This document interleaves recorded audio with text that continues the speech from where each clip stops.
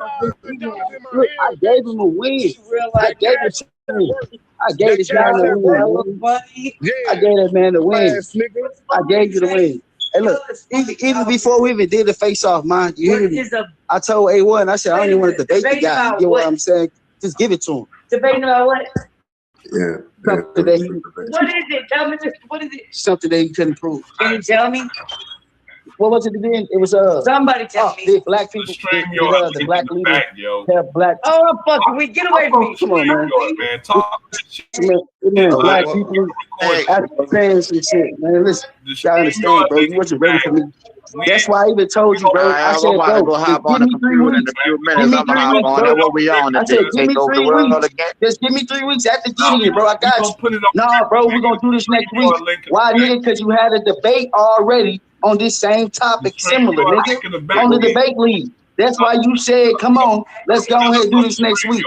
Come on, man. They been trying to get me to crash out. Crash out. Why would I do that? Why would I crash out, nigga? I need 3 weeks to get my presentation together so I can smash. Hit that link, man. And you didn't want it. I don't know what's happening. You didn't want it. Hit that link, man. You died.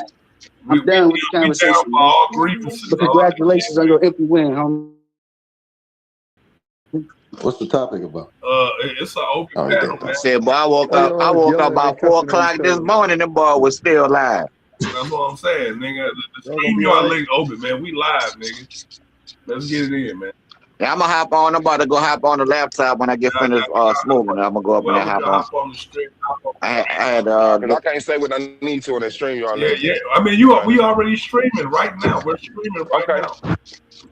Yeah, bro. I can't stand bitch ass niggas, dog. You set up here, did all that gay ass shit, and then you start making up narratives about me. Like that's my promise, bro.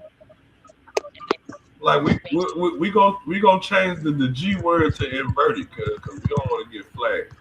So yeah, man, nigga, that's what I'm saying. Just say rainbow shit. Oh yeah.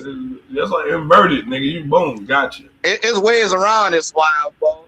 There's ways around it. Well, I mean, I think because like, we want to see a good debate. We want to see a good debate, and like I said, when people bow out, I mean, I guess that's their own gratification or something, but that's bad form. That's bad sportsmanship to us. So yeah, that's bad business. That's bad sportsmanship to us. This is a real sport to us. So like, once you commit, you're supposed to follow through. You know what I mean? Hop on the stream, yo, cuz let's get some shit started, man. All right, I'm about to hop over there in a sec. Give me about 3 minutes. As soon as I finish this, finish this smoke.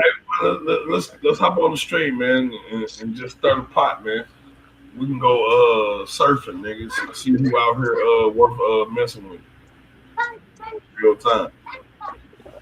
Do some positive shit, man.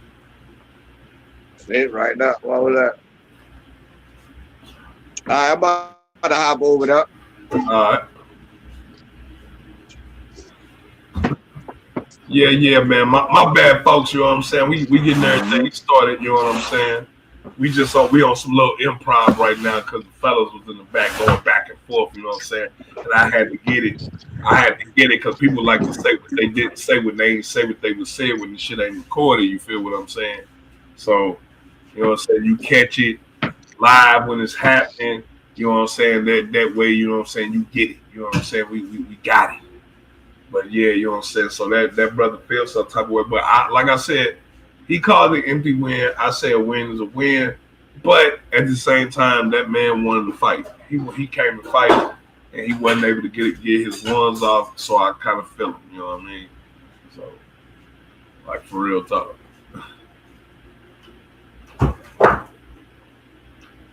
I'm gonna say, hold on. There we go.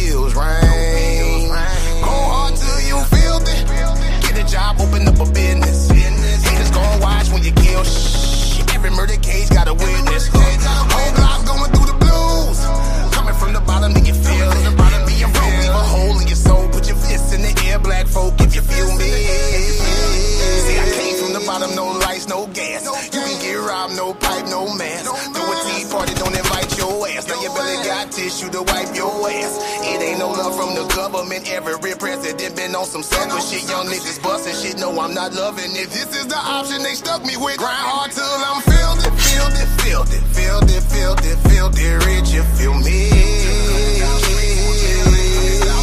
Grind hard till I'm filthy, filthy, filthy, filthy, filthy, filthy rich. You feel me? Grind hard till I'm filthy, filthy, filthy, filthy, filthy, filthy rich. You feel me? Grind hard till I'm filthy, filthy, filthy, filthy, filthy rich. You feel me? Hey, it ain't no love for your brother. It ain't no love for your sister.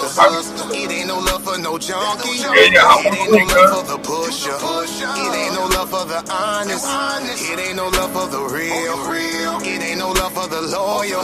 Looking for love, get you killed. Filthy is what you gotta get. You gotta get dirty if you're trying to get rich. It's back to the mud, cause you gotta show love to all of the ones who will never see this. To all of the kids with no Christmas list. No TV, no bed, and no food on they dish. No father around, now they malnourished. That hindering aid coming from the government. You gotta get filthy.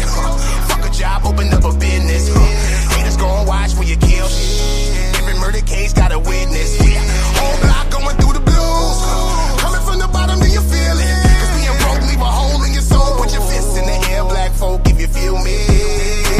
I say I came from the bottom, no lights, no gas. You can get robbed, no pipe, no mask. Throw a tea party, don't invite your ass. Now your belly got tissue to wipe your ass. It ain't no love from the government. Every president been on some sucker shit. Young niggas busting shit, no, I'm not loving it. This is the option they stuck me with. Grind hard till I'm filthy, filthy, filthy, filthy, filthy, filthy rich. You feel me?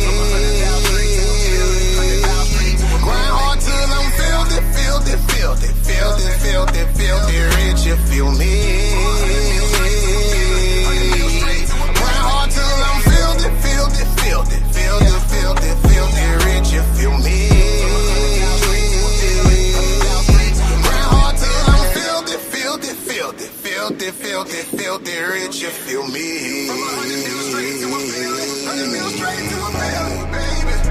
It ain't no love for your brother. It ain't no love for your sister. It ain't no love for no junkie. It ain't no love for the pusher. It ain't no love for the honest. It ain't no love for the real. It ain't no love for the loyal. Looking for love, get you killed. Filthy is what you gotta get. Yeah, man. What up? What up? What up? What up, about that? What up, God? What it do? What it Ready do? in the building, man. Black power, black power. Black power in this joint, man. There's been a lot of black power going on in the news lately, man. I mean, shit. What you been keeping up with, man? What you know no good, man? Me? Today, Martin Luther King, though. We can start off with that. Shout out to Dr. King. Yeah, Shout out to the great Dr. King that helped liberate us. Right. If you was at work today, you were motherfucking busted. You know what I'm saying? So unfortunately, I'm one of them buster ass people. I was at work. I don't know if y'all went to work, but I went to work. You know what I'm saying? Because people died. People died so I could be a death slave, man. That's you know what I'm saying. So yeah, yeah, man. So in the back chat, like you can go ahead, man, air that out if you want to, man. Cause like I already feel you. Like I said, like this is sport. You know what I'm saying? And like I know you be geared up, ready for war, like I be. So you know what I'm saying? People dragging their feet, nigga. Like you know what I'm saying? Yeah, man. And like I said, it's ways to do everything, brother. Like I get it, but like real talk. Like this a public platform, this stuff is recorded, and there ain't no reason to be that weak. What's going on, guys? To use those weak tactics. Now what he's saying, and I don't gotta make nothing up. This is what he said. He said he told A1, you take care, sister. He said, go ahead and give it to Suave. I don't want to debate him. So that let me know right there, nigga. You already heard about me, but the dude sat up here and said, I watched one of your debates. Listen to him. He done watched one of them baits, and then he came over here and knew he wasn't gonna be able to do nothing with me, and so he tried to use some tactics. Now I'm gonna replay the stuff. I would like to replay it. Take that off. Got you. I would like to replay it just so y'all can see what happened. But when he first jumped on, this dude said, "Do you want to debate?" I got you, guy. Oh, I appreciate it. Talk about some. Do you want to debate? I'm sorry.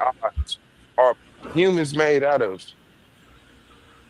Basically, what are humans made out of at the subatomic level? Subatomic level. I'm like, brother, neither one of us went to school for that. I'm not finna sit up here and just try to talk over each other's heads for an hour in no debate on YouTube, bro. Out of 20. So he ran and he was silent for a minute, then he came back from some, well, let's debate. I'm like, yo, did you just huddle up with somebody? You know what I'm saying? And so he came back with another topic to some did did our black leaders liberate us through spirituality? There you go, God. I really wish you would have took that. Like you should have took it anyway. I did. Yeah, I you told did. him, You did. come on.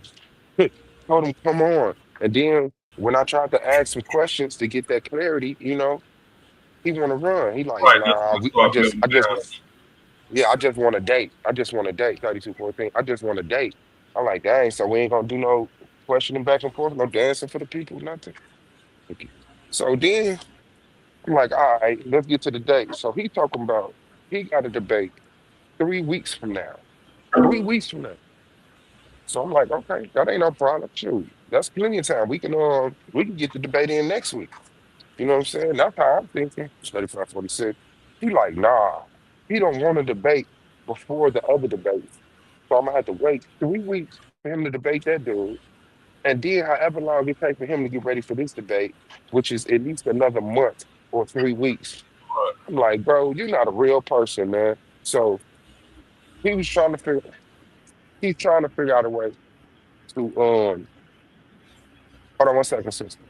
He's trying to figure a way to get up out of there. And I'm like, that's crazy. As hell. Let me see our receipt.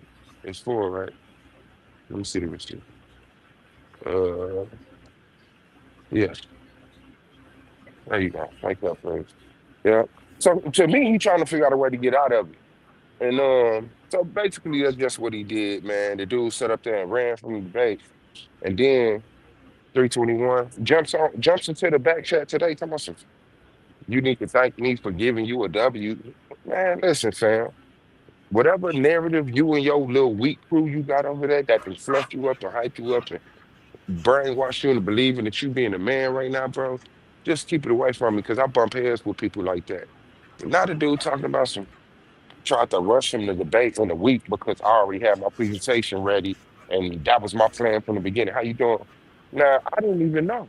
Uh, A1 called me earlier in the day. Basically, I found out that day that I was gonna be having a face-off to debate this dude. So that's what I'm saying. Like, how easy is it, despite the lack of evidence, 2042, for somebody to just come in and make a whole lie about another man, dog, and this stuff is recorded. It's recorded. Right. Like while we talking, he talking about some. Did our black take care sister? Did our black liberators black? Did I all right? Did our black leaders help liberate us through spirituality? Got you. I'm like, uh, did they help liberate us? He was like, nah, they didn't. I'm like, so why is we debating what if? 1, 2, 3, 4, 5. Oh, okay. 1, 6, 7, 8, 9, 10, 81, 81. So he talking about some did our black liberators, if they did liberate us through spirituality. I'm like, why are we even debating what they liberated us through if you don't even believe they liberated us? Let's just debate if they liberated. So he ran from that. So he got some fixation on attacking spirituality and black leaders. Okay, so let's do that. He gave him the title. Now he wants 6 to 7 weeks to prepare for because he got a debate somewhere else that's weak, 449. So I'm like, it's cool. But now he coming on to some. I had a ploy to make him debate in a week to get the edge. He already know I got the presentation done because he done seen me debate this somewhere else. Brother, this the title you brought to me. I got a presentation on the title that I just learned about today. Today. And yes, if you have 1943, if you have a debate 3 weeks from now, and you've known that you've had the debate 3 weeks from now for about 4 weeks or however long, then you got plenty of time to get ready for it. And you could go ahead and squeeze another debate in there. Anytime between, take that, please. Absolutely. Anytime between now and those 3 weeks from now, you say, look, I got a debate beginning of February, middle of February.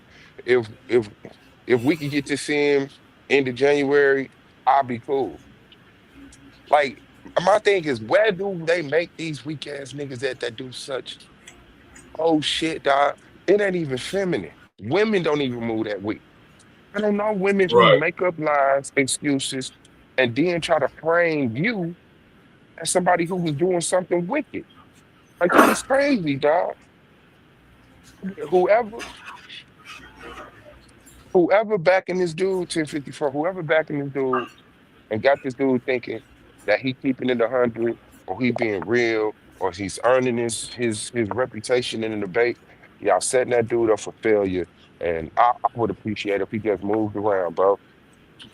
Take care, please. Absolutely. Yes, sir. Got you.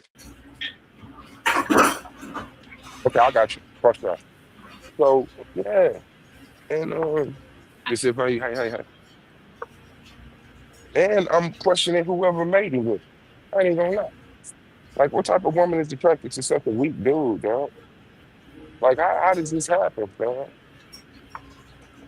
And then you want to sit up here and try to pay me like that really is what heated me. Like, I could take all of the congratulations, I gave you a win, because all of that stuff it's recorded, it's easy.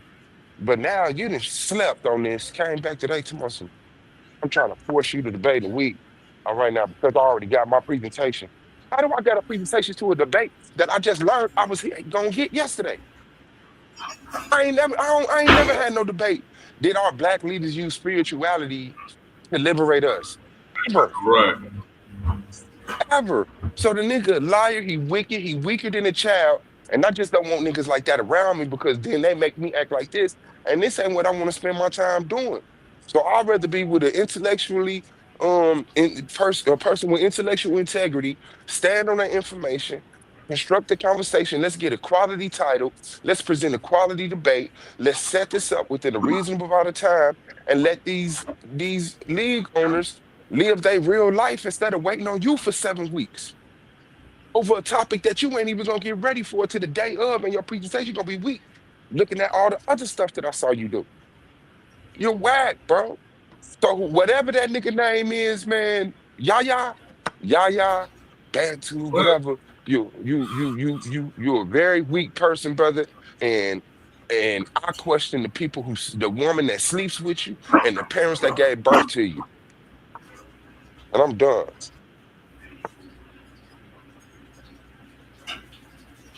Damn. That's deep, bro. Like,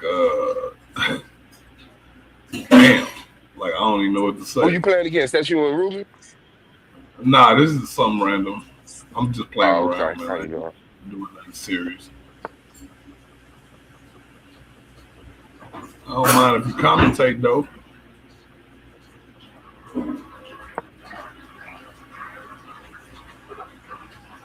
I was trying to do something else, but I fucked it up listening and shit. I was listening and trying to strategize at the same time. Well, okay, he trying to boom, he put double force on him. He not gonna do that shit, right? He's not that stupid. He wouldn't do that. If I go boom, if I go boom, well, go ahead and attack. Yeah, let's go ahead and do it. Fuck it. Let's see if he attack.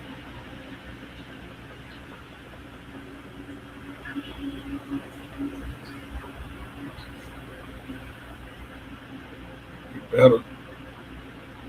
Okay. Okay, so if I do that, boom, boom, it's gonna open that up. I see that. And he just waiting for that too. You see that shit? He wait. Look at that. He waiting on that. He opened that up. Greedy ass nigga. Okay, so he chose to take that instead of that. So I was gonna kill that and I was gonna do buy bang. So I don't want to do that, but he fucked up my shit on that side. So we gonna I'll drag him a little bit more till he get here. And then the dude set up the tone to take yourself, enjoy your smoothie, drink a little bit bit for me. And then he talking about some, well, let's debate it tonight. So if you could be ready tonight, you could be ready in a week. Now all of a sudden, I'm trying to trick him into debating in a week because I got my presentation ready. So why didn't take it last night? Why didn't? Because y'all know me. I'm the type to say, we already got this presentation. Let's go. Right. Let me get it tonight. Let's get it This on. for the tournament. This to be a titan. This for $500. This ain't just no. I'm just walking by. I'm wrestling in the mud. Heck, nigga, this is a job. I'm employed right now. Take that, please. So let's get it. If you ready tonight, if I got my presentation, I'm gonna take you tonight. But you already know it's a real debate league. How you doing? We're gonna have to do advertisement, promotion, get people involved like a respectable debate league. But only trash, non-debaters who like to act like they debaters say stuff like, we could debate it tonight and take it serious. So either tonight or 7 weeks from now. Just think about that. You gotta debate with Gideon, who's a bum, who's a complete bum, and then you talking about you need over a month to get ready for him. I'm ready for you, sister.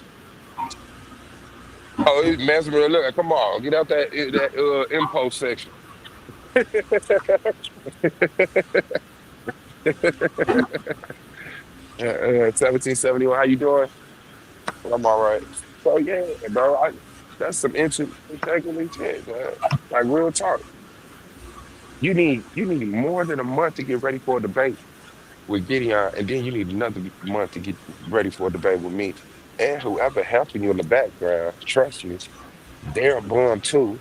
Because everybody who know me from any other platform, they jump up there and they say, what's up to me? What's good, bro? You ready to get whooped? Woo-hoo. They ain't gotta be with me all right now. But ain't nobody hiding in the shadows like asking this, asking that. Your internet was trash. You kept over talking us and getting over talked because your internet is off, so you responding late. And then they keep dropping you. And then you come back and you got all these fruity ass titles. Did our leaders liberate us? And if so, was it through spirituality? What is the two-part question for, bro? Let's get a clear, decisive title. Do you believe our black leaders liberated us? He said no. I said, well, let's debate that. Did our black leaders help liberate us? No, through spirituality. I said, but you don't even believe they liberated us. So why would I even debate what they used to liberate us if the contention is, did they even liberate us or not? But fine, Right. fuck it. Let's do whatever you want to do. Okay. Did our black leaders liberate us through spirituality? Yeah, that's it. Hey, so let me ask you a question. No, I just need a date. That's a bitch. No, I just need a date. I just need a date. Now you run it. See, people like that, they don't send in no premises. They want you to come with the lack of understanding, and they hoping for some type of fugazi, goofy stuff to happen so they can get a technical win and complain about it on other panels and in the background. Right, Bro, I right. should have won that because, nah, bro, you didn't do what it took as the debater to set this up and make sure it was solid, and we knew we had a direct, clear contention with each other. Believe that our black leaders liberated us, and I know that spirituality was one of the tools that they used. Now, he's such Right. a mark. He don't even the way he coming off to me. I don't know if he's spiritual, religious or not. I'm trying to get an understanding of what is you even, what are you even? When he say, no, he ain't even spiritual. I say, damn, you ain't even spiritual. I don't know a motherfucker who not spiritual. Unless I just haven't been listening to people. If you don't believe a soul exists, we got a such thing as team spirit. It's a real thing. We got certain things that people get in the spirit of a holiday. People do things, and spirituality is a real thing. Whether you could grab it, put it in your pocket, define it or not, that energy, that feeling, those results of when people get energized off each other, and it actually moves meters on sophisticated, sensitive technical instruments, you're gonna die. You're gonna die.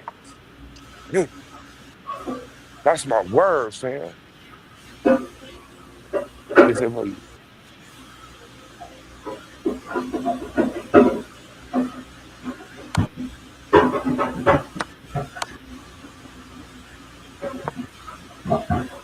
Yeah, bro. So please, don't nobody else try to set another baby with me like that, man. If y'all listening, today or in the future, bro. Bring your heart. All right, now take care. Bring your heart and bring your balls. You're gonna need them both. And bring your goddamn brain. Your brain, your heart, and your balls, man. That's what we need. Don't the Holy Trinity. Don't come without one, man. You just send yourself up. And then the shit is recorded. That's what kills me. Like y'all niggas, and then who are you? Like, man, I don't even get it, dog. Who is this nigga cool with? That's what I want to know. Where his click at? Who is this nigga really walking around here in this echo chamber with? I want to know, bro. But this the same fool that just did that shit with um Silky weak ass. Yeah, bro, that was a clown debate. Both of them are clowns. That was a low scoring ass debate. And how you doing? Man, and that just don't got no value to me, bro. That dude don't do nothing for nothing around me, bro. And then try to come in here and pat yourself on the back, try to get who tries to find a victory in running? Right. Who tries to find a victory in running? And I then beat told on his chest. A1 I didn't want to debate you in the first place. Why not? Aren't you in the tournament for $500? Why wouldn't you want to debate somebody? You debated Silky? Did you tell A1 go ahead and give Silky the victory? No. But then when it comes to Suave Boss, all of a sudden, man, go ahead and give it to him. So I could say he ain't really debate. So I could take away from his W. You can't take away from my W because whether it's a physical or a spiritual W, it's a W, and I take those. Goofy. I definitely take spiritual wins, my nigga. So shit. That's why I say it's more to debating than debating. You gotta have quality motherfucking equipment to debate on. You got to have your life in order. You can't have your kids causing trouble in the street where you got to dip off and go talk to police. Your girl can't be in the other room going through your phone, finding about your side chicks. A lot of stuff got to come together for you to have a clear. Um, yeah, yeah. That look down like Al 39 toward the end. It's one of them. What's good, God? I calculated that shit all wrong. Yeah, dog. I don't know where y'all keep building these bombs at, man. It's crazy. And then he talking about Gideon. I got a debate against Gideon. Gideon from New Orleans, the Hebrew Israelite from New Orleans. Yeah, a bum. A bum. We been got rid of that dude second season as we did. He couldn't hang. He thought that Hebrew echo chamber stuff was gonna work everywhere else. Nah, you gotta come through here with real information, brother. Real information. Yeah. Yeah, I remember that shit. And I got cheated out of the debate with Gideon. Come to think about it. Come to think about it. I had to snap on that nigga solar for doing some whole shit with the voting system with Gideon. This motherfucker, because we used to have like the people's votes, the peers' votes, and it was like the judges. We had judges, and all of the votes was in. I got announced the winner, and then Solar gonna say, "Oh, I just got another text from what was his name, dog? Uh, man, I think of he said I just got another text. It's for Gideon. Gideon win." I said, "Boy, that's crazy." And the person who sent the text, who sent the last vote in, was G-Con. G-Con, was that his name? Yeah, G-Con. And I had just gotten into it with him on the panel early that day. He said, "I'm gonna vote against you. Watch, I'm gonna make sure you lose." And Solar heard that, and that was the last vote to come in after he already announced the winner, and he still let it ride. All right, take care. That's it, brother. I say, man, bring your debate game, bro. Like for real, have some heart about yourself. Have some spine. About your kids, right? Good, good. Right down here, brother, at the very end, on the right at the top. Man, Oh, my dumb ass, man. He got this game, bro. He won that shit. I had way too many mistakes. I'm gonna play it and see if he'll play again. Oh, he declined it. Whatever. Fuck me. when he asked Dr. Pepper, like I think it's like 2 or some change. I got you. I'll take that. Shit, if anybody got a chess.com name, you know what I'm saying, throw it in the chat, nigga. We could play live right now. 11.99.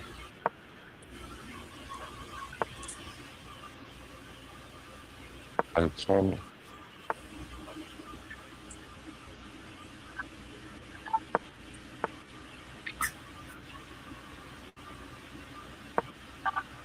Yeah, I'm not accepting no congratulations from that fool. And I ain't giving them some thanks to you, God, because I don't encourage weak behavior like that. That was very weak behavior, man. Like he was too comfortable being that weak. How you doing? 5371. Yeah, he was too comfortable being that weak, bro. And I don't know what name to call him because it's an insult to anything I could think of. Because I don't know nothing that even moves like that. And then you come back the next day and try to turn people against me, talking about some, I tried to trick you. You know, A1 on the panel right here with us. Okay. A1 on the panel with us. Well, how am I trying to trick you? Y'all talked about this. A1 called me, said, yeah, I'm going to have a face off with you. Yeah, later on. I said, okay, bet. Let's get it. And then he get on that tomorrow. Are humans made of energy or matter at the subatomic level? Man, what?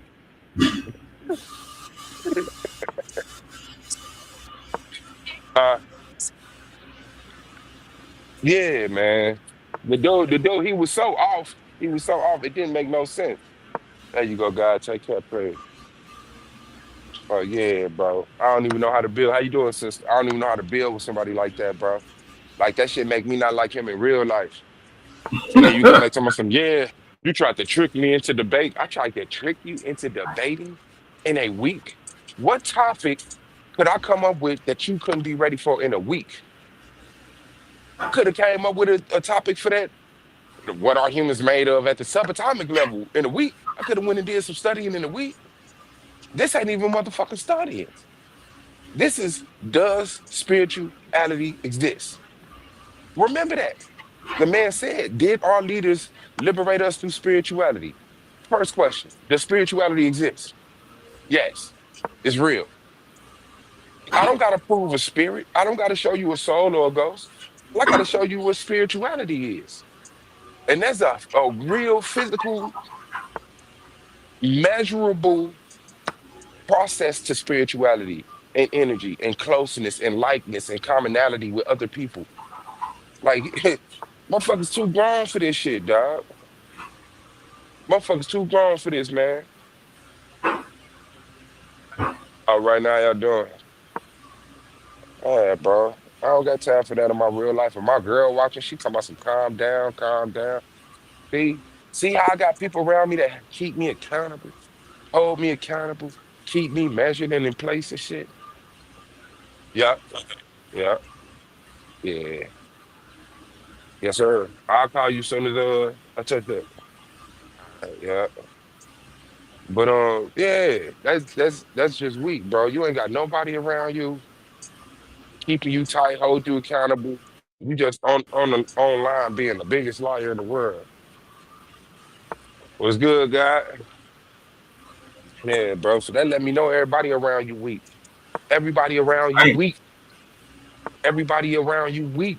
You don't come on a platform that's recorded where your kids can see this 20 years from now. Look at daddy being a hoe. That nigga asked him, did black people get liberated? He said no. Daddy challenged him to debate it, and he didn't want to debate. He ran the spirituality. And then daddy talked about he needed 7 weeks to get ready for the debate. Daddy told me, remember all the stories he told us that when we was young, how he used to whip niggas and he was undefeated. And 1739. All right, guy, appreciate it.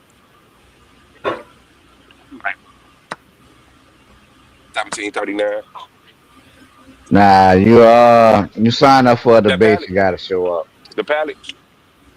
Oh, the whip. Okay, yeah, sir. Yeah, bro. Yeah, bro. You in a debate tournament for $500, bro. I don't know. I don't know who getting it like that. I ain't gonna hold you up. I ain't gonna hold you up.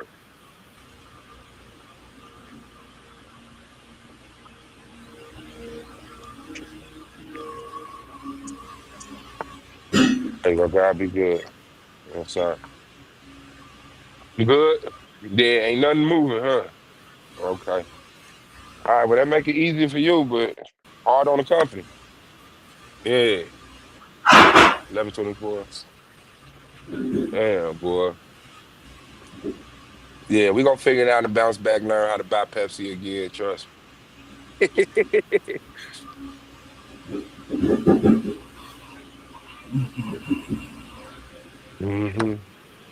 Yeah, that's a fact. Okay. Absolutely. It's gonna take them a minute, you too. It's gonna take them a minute to get used to it. Like, man, I can't believe I'm finna go in here. Boy, it's gonna take a generation for people to lose the taste of Pepsi.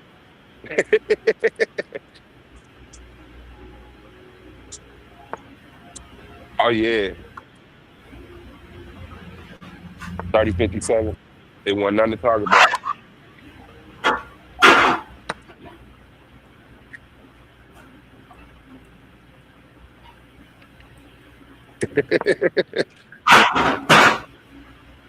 Oh yeah. They definitely waiting on them 12 packs to come down.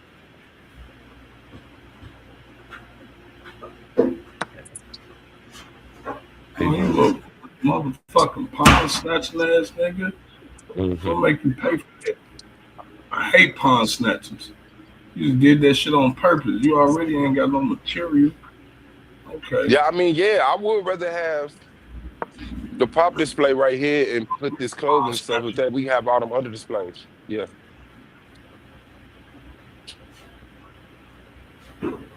Yeah, I got you. I'll see what's up. I'll draw up some. Yeah, for sure, God. So yeah, bro. Like Naga said, man, you sign up for a debate, man. Like, come on, bro. And then I can't stand when stuff gotta be so your way. Everything gotta go your way. Everything gotta go your way. You gotta get the topic, the title, the layout, the time. Like, come on, bro. I don't understand that. We got sisters like Honey up here ready to go. And you a grown man doing this. That's crazy. Absolutely. That's crazy. That's crazy. We got youngsters. Niggas 21 years old ready to go, and we got you doing this. Okay. So 1057. Yeah. Hey, yeah, man. Stay away from me, bro. Cause I don't know. Let me tell you the truth, bro. I don't know.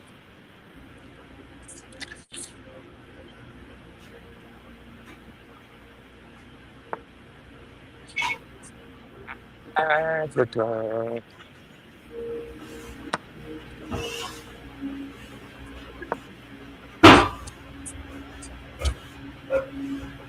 So however go, I'm waiting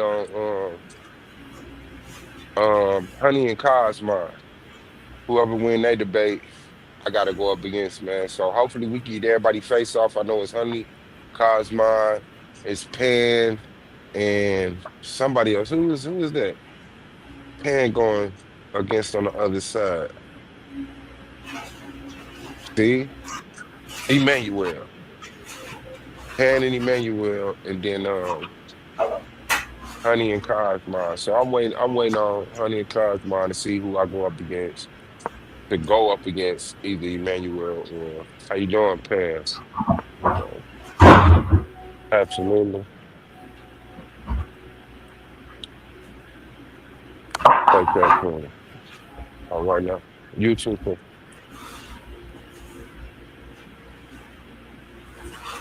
How you doing?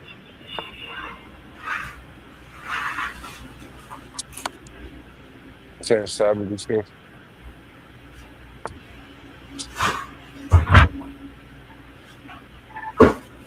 And y'all know how I be trying to set up the base. I'll be back here all week trying to set people for the base. I'll be happy to leave a little back channel now.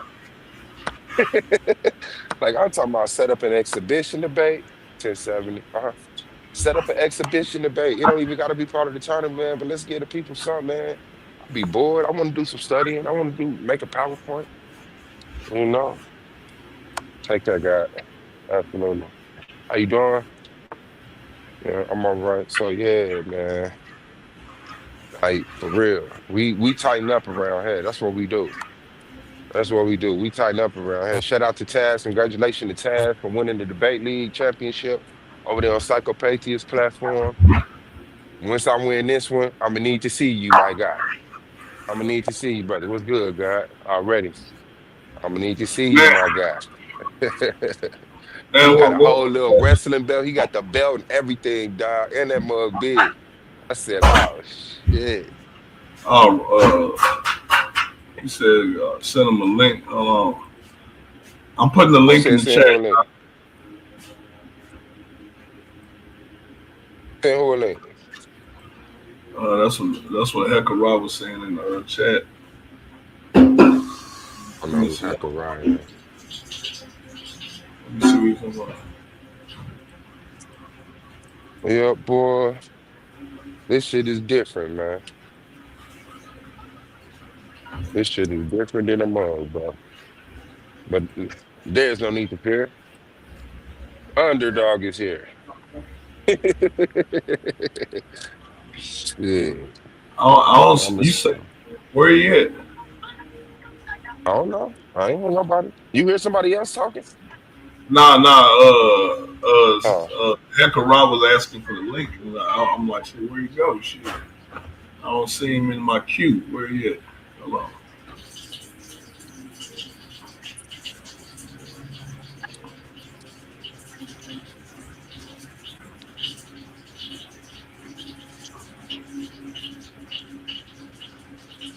I mean, it's 6 o'clock. Man, I got 4 hours to get up out of here. Y'all fuck niggas. We want them out. We want this terror to stop. The lives of people are being interrupted, and it is not justifiable for President. What's the word? So, in order to defend fraud, Minnesota's mobs are taking to the streets with the backing of their sanctuary leaders who say they want peace, but are totally inciting something else, which to many looks like a full-on insurrection taking place on the streets of Minnesota and in the minds of the brainwashed with help from paid armies of agitators, all to protect illegal fugitives and scam artists who may soon be in jail for ripping off our country. But how do they know that they pay protesters? Like that's always been my biggest question. Like with like dudes like him and other people that report on these things. Like, how do y'all know they pay protesters, or is that just the cliche thing to try to throw people off the trail? You feel what I'm saying? What I know that George Soros, like, remember when the Black Lives Matter stuff was cracking off? They had them other groups, and they came out. They was being funded by George Soros and the boys and other people like that. So yeah. I mean, yeah, I know, but that was about time. You know what I'm saying? Like when it first happened, it was organic. It was organic when it first happened. You know what I'm saying? But then after that, like a day 3, nigga, it was not organic no more. Like it like that shit changed quick. You know, so and like I said, I was out there with that Mike Brown shit. Like I watch reporters pay dudes to vandalize shit so they can get good shots, so they can get good footage. Like I heard and saw that shit with my own eyes and ears. Like, yeah, man, I remember they was talking about people was putting up and setting bricks on the corner. Like they oh yeah, no, yeah, they was really doing that. No, they was really doing that. They put bricks on the corner, and then the dudes really, like the mask. Bricks right there on the corner. Yeah, like they was really like there was really people like supplying people with things like to. And it'd be somebody in state boots, the same shoes the police got on, that come up there and grab a brick and jump it off. Like, man, this hell nah. In one of those instances, if you go back there and look. And they show you like this car melted, police car melted and shit. Man, nigga, that shit's thermite, man. Them was military grade shit out there, man. Them people be fucking with us, man. They be fucking with our heads. But it is what it ain't, man. Let me see what they talking about. I'm already not liking him. Can we ask you about the daycare? It's all right. It's all right. Can we ask you about the daycare? $2.25 million. Get out, you guys, get out. You all have decided that this resistance is not one that can be intimidated. We are showing the nation that regardless of what the tyrant in the White House believes, this is our country. Extremely angry agitators try to smash their way into the weapons locker and may have gotten their hands on bullets and at least one gun. People were damaging cars, smashing windows, spray painting them. Yeah, I watched some of that shit. Like, what? After President Trump announced new tariffs on 8 NATO allies to acquire the territory, that move. Yeah, can y'all hear me? Yeah, we can hear you now.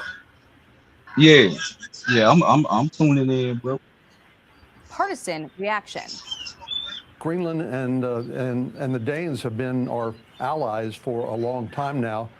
The president is the consummate deal maker, and I think he's looking for a deal. Denmark, Greenland, the Kingdom of Denmark, that's our ally. It's our friend. So I'm puzzled by the president's threat of tariffs. For more, let's bring in National Economic Council Director Kevin Hassett. Thank you so much for being with us, sir. Great to see you this morning. I want y'all to look at that right there. Trump hits 8 NATO allies with tariffs over Greenland. Nigga, have you ever heard some shit like that in your life? Bro, I've been around the sun 44 times. I ain't never heard of a U.S. president putting tariffs on NATO allies. That is very strange. That nigga, he want Greenland, nigga. I know that, but I'm just saying he don't give a fuck. This is so odd, bro. Like I've never seen this ever. This is a great show. Like I don't know if, like how people understand like how interesting this is right now. Like we're literally watching United States allegiance with their European parents. These are their parent countries. These are their parent nations, dude. They're in quarrel with their parent nations, nigga, and the shit is just like, what is going on? This is like a family feud. It's like watching a soap opera. I mean, I get it, you know what I'm saying? We can bear the blunt of it, but it's still interesting. I don't know. Maybe I'm the only one interested in politics, but this shit's fucking funny as hell. I want to start here. You know, the president's tariff threat to these 8 NATO allies does appear to be potentially upending one of his signature achievements, the landmark trade deal with the EU that he struck in July. Listen here. This is probably the biggest deal ever reached in any capacity, trade or beyond trade. I think it's the biggest deal ever made. We have a deal. We have a trade deal between the 2 largest economies in the world. And it's a big deal. It's a huge deal. So this deal has been partially implemented, but it still hasn't cleared the European Parliament. Several members now are calling for 0% tariffs on U.S. products to be put on hold. And that deal also included $750 billion in energy purchases from the U.S., a $600 billion investment in the U.S., military purchases. Is all of that scrapped now that the president appears to be putting an overarching tariff over the deal that he made? Right. Well, first of all, I want to say that throughout the negotiations with the Europeans last year, you would have heard them say, oh, if we have a tariff, if we do what President Trump says, it'll be terrible for our economies, you'll tank our economies. And if you go back and look that as we've negotiated these great deals, both for the US and for Europe, then their economies have boomed, their stock markets have boomed. It's been amongst the better years ever for them, because basically they see that the US right now is once again the shining city on the hill, that we're the engine of global growth. And President Trump has accomplished that really in just 1 year. So I think right now, with respect to Greenland, the president has a strong view that it's a national security matter for the U.S. to have more control over Greenland. And I'm confident that in the end, he's going to go negotiate a deal that's great for us and great for our partners.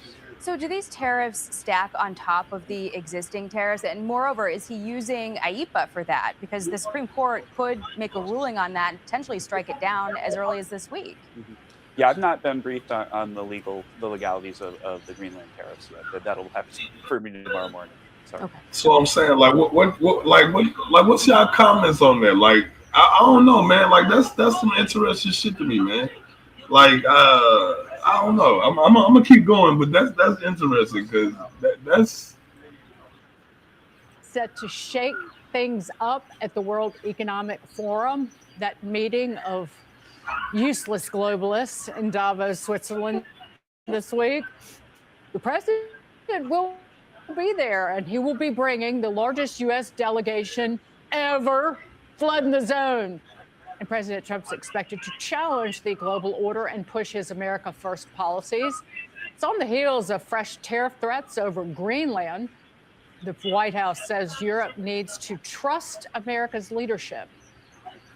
And if you go back and look that as we've negotiated these great deals, both for the U.S. and for Europe, then their economies have boomed, their stock markets have boomed. It's been amongst the better years ever for them, because basically they see that the U.S. right now is once again the shining city on the hill, that we're the engine of global growth. And President Trump has accomplished that really in just 1 year. I do love the appearance of, it's not just President Trump. It's like, we're bringing everybody. We're bringing the biggest delegation. Notice he said global growth. I know. Thank you for letting me talk. He's not talking about America. I want to be clear about is that I admire President Trump's intelligence. I don't know. Like, global growth sounds like America expanding. I hope that we show up with that mindset to be the most intelligent in the room, but not always the I'm most. I'm just saying, like, okay, so here's my thing. And like I said, like I said, in the end of the day, African Americans really ain't got no dog in the fight, right? Because we don't control no policies or nothing. So all we can do is place bets and guess on what's gonna happen, right? So all I'm saying is Canada been talking a lot of shit. They've been popping off a lot of shit lately. I don't know what's up with Venezuela. I mean, it's like that shit almost disappeared. No, he annexed that, didn't he? Don't he own them reserves over there? I think we own that now. Yeah. I haven't seen pushback like I haven't seen no real pushback on that. Like, what the fuck is that gonna turn into? Look, hey, I'm like they saw them tiny coffins. Might as well go ahead and get after. Look, hey, Trump, check this out. Give African Americans Venezuela, and we'll call it a deal. Give us Venezuela. Look, give us Venezuela, and you can have the oil. Well, we can share the oil. How about that? I'm about to say, nigga, I don't know about we can share the oil. Well, I'm just saying. I don't know about sharing it either. Shit.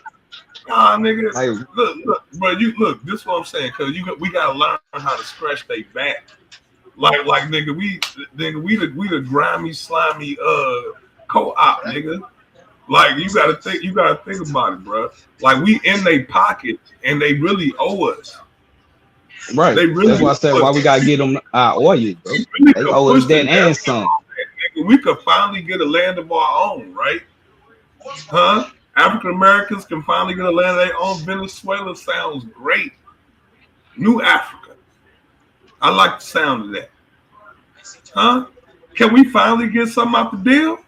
I'm just saying, we put our men on the line. our brothers, cousins, uncles, sisters, mamas, aunties. They all in the military. And I'm just saying, if the black man gonna fight in the white man's military, can we at least get something out of the deal?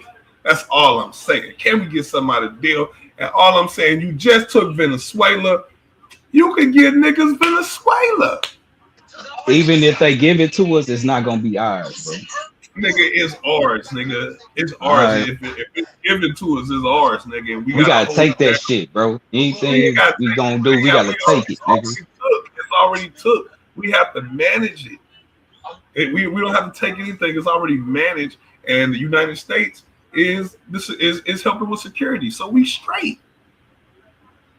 Yeah, I just go and get an African Americans Venezuela, and we can call that shit a deal. Like, we gonna send our delegates down there, you know what I'm saying, to help, you know what I'm saying, fashion the people for a mass migration of people, because I'm sure a lot of us are gonna migrate there.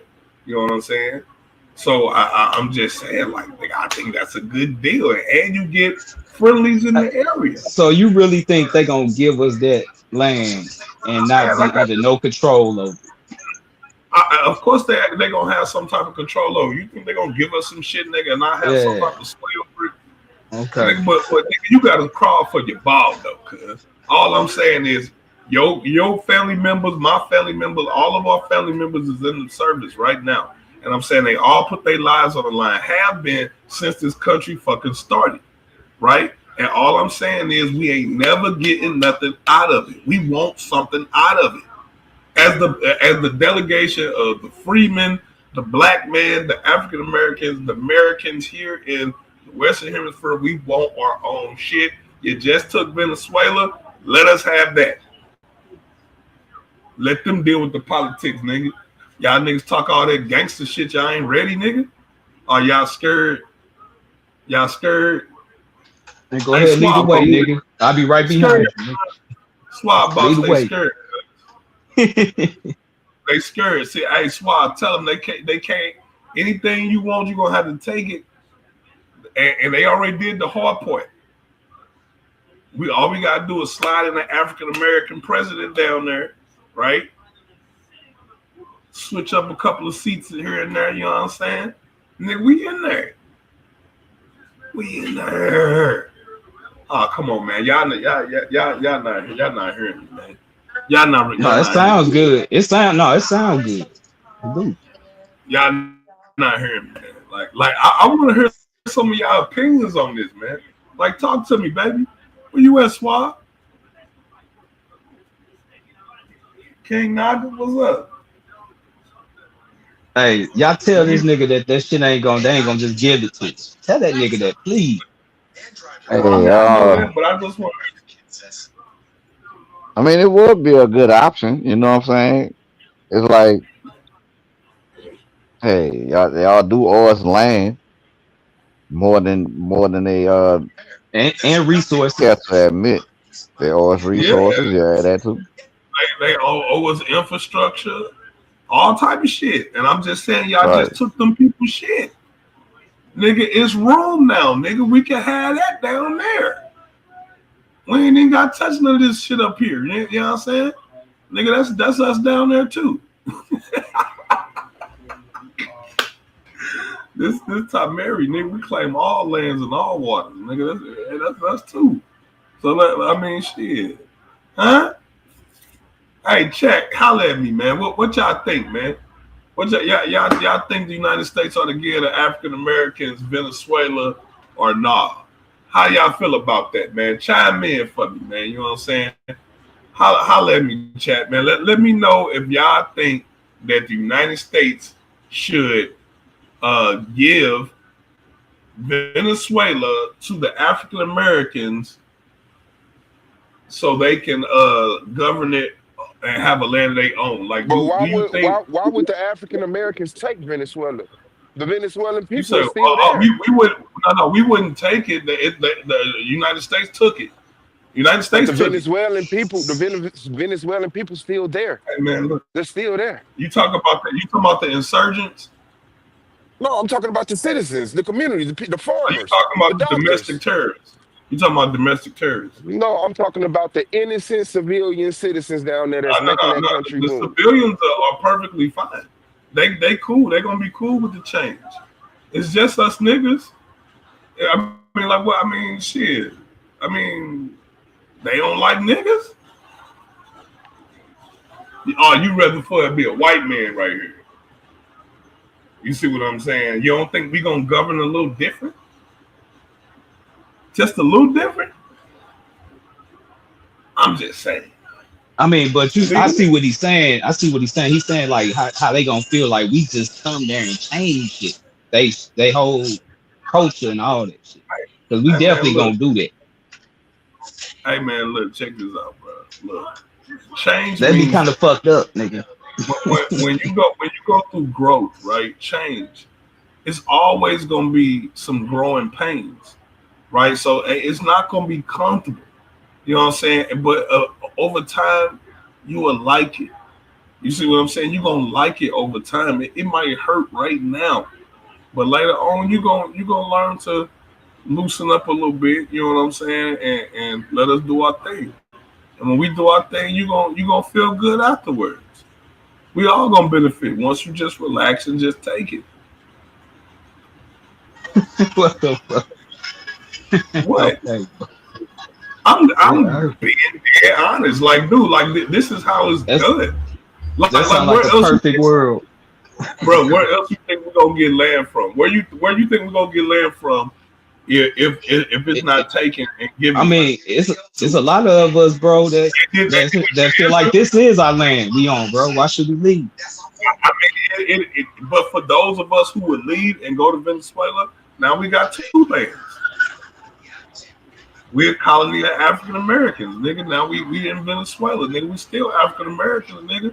Venezuela be still part of Africa, still part of the United States. We ain't left nowhere, nigga. We just relocated. We still here. What y'all think, man? Holla at your boy, man. I'm gonna just keep going because y'all seem like y'all scared of that topic. I'm gonna keep going. Slamming President Trump's threat to impose tariffs on NATO allies who oppose his plan for a U.S. takeover of Greenland. In a phone interview with NBC today, the president responded, no comment, when asked if he would use force to seize the semi-autonomous Danish territory. Erica Brown has the latest on that from the White House. The foreign minister of Denmark arrived at NATO headquarters Monday as European leaders weigh a coordinated response to President Trump's latest threat to take control of Greenland. Over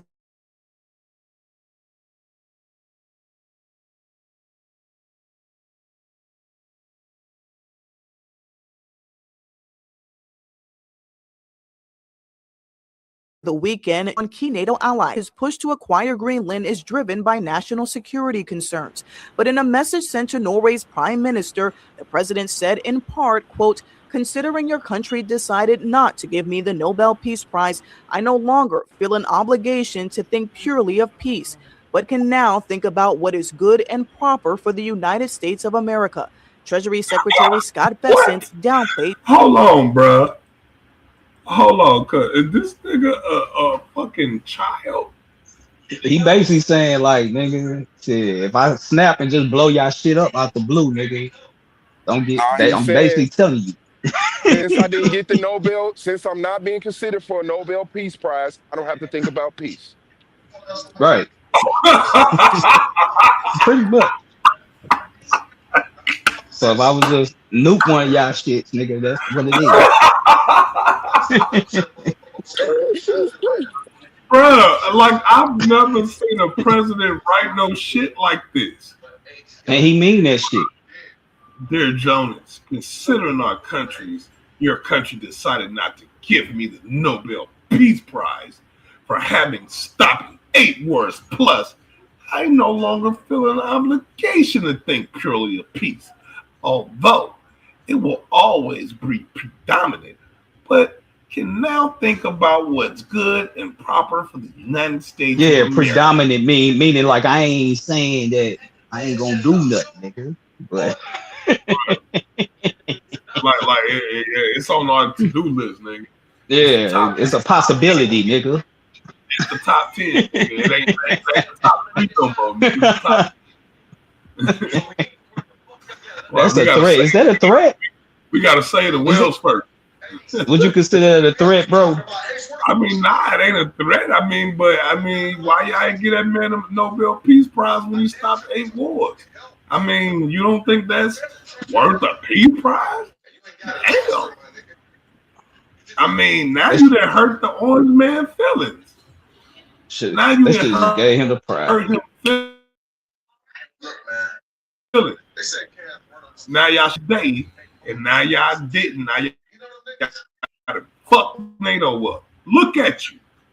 You done messed up NATO all over a punk ass Nobel Peace Prize. Y'all done gave them prizes out to lesser people who don't deserve them. I don't see why you couldn't give Trump one. Now he's gonna take all the U.S. military bases out of Europe, out of NATO, and then y'all gonna be speaking Russian in about 10 years. 10 years tops, y'all be all speaking Russian. Because you know so you saying he emotionally driven off of that Nobel Peace Prize? That's why he about to just take this shit. Hey, Swab, does that read to you emotional?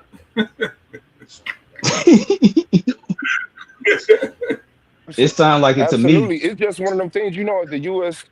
president, one of the things that you hope to get.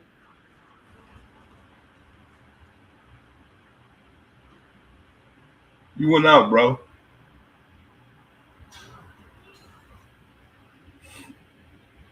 Swab, you went out. We can't hear you. What'd you say? Oh, he must have to mute something. But yeah, I don't think it's really a threat. But I mean, I don't know what to think. I just ain't never seen a president say no stuff like that. Like, not even the president of a company. Like I mean, he sound like a dictator, don't he? Sound like a dictator. No, he don't sound like no dictator, nigga. He sound like a pissed off kid. Yeah, dictator, nigga. Kid that don't want to play with your toys no more. He not coming over your house no more. He ain't saying that he ain't gonna protect your house. He just, nigga, he gonna think about his house a little bit more now. Like, whatever, man. That's funny, bro. That's funny. Of America, Treasury Secretary Scott Bessent downplayed Trump's message. I think it's a complete canard that the president will be doing this because of the Nobel Prize. The president is looking at Greenland. We just not gonna let him just pass off at that, cause somebody looked that word up. He said canard. What the hell does canard mean? Hold on. Canard.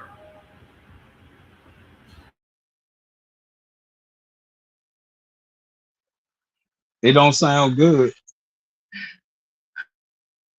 Crab follow. Okay, so he's talking about the first unfound rumor or story.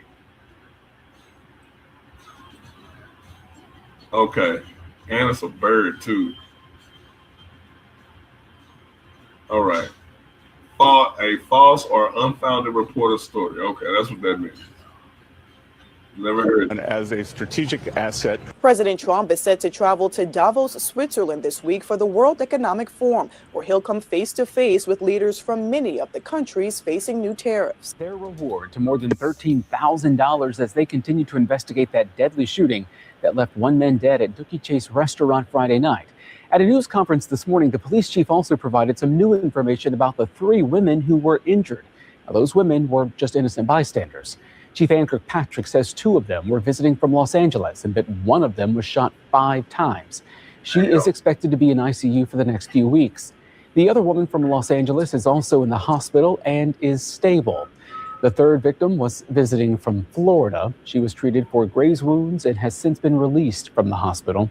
Meanwhile, 19-year-old Kareem Harris was killed in that shooting.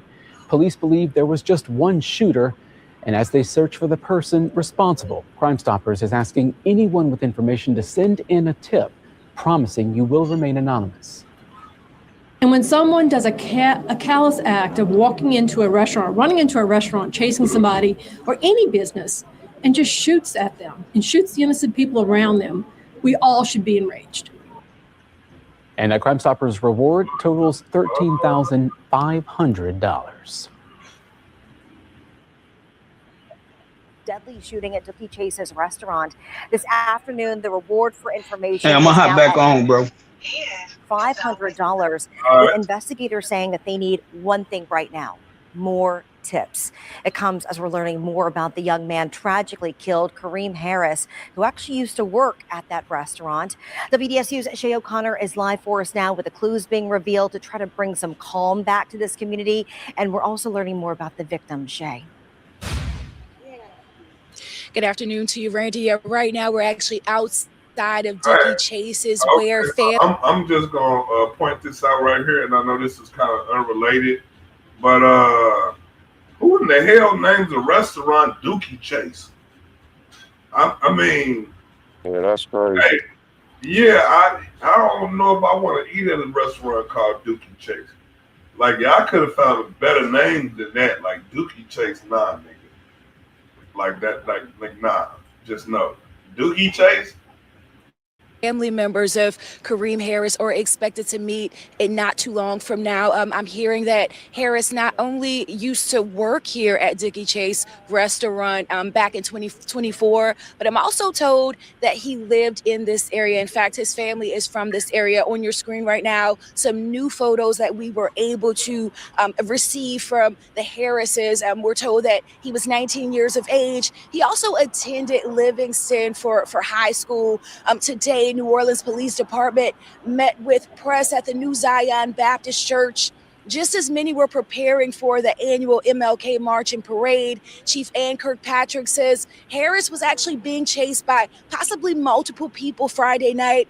Although police believe only one fired those deadly shots. We're told Harris ran inside of the restaurant for cover, and the shooter followed him, opening fire, also hitting 3 women who were visiting from out of town.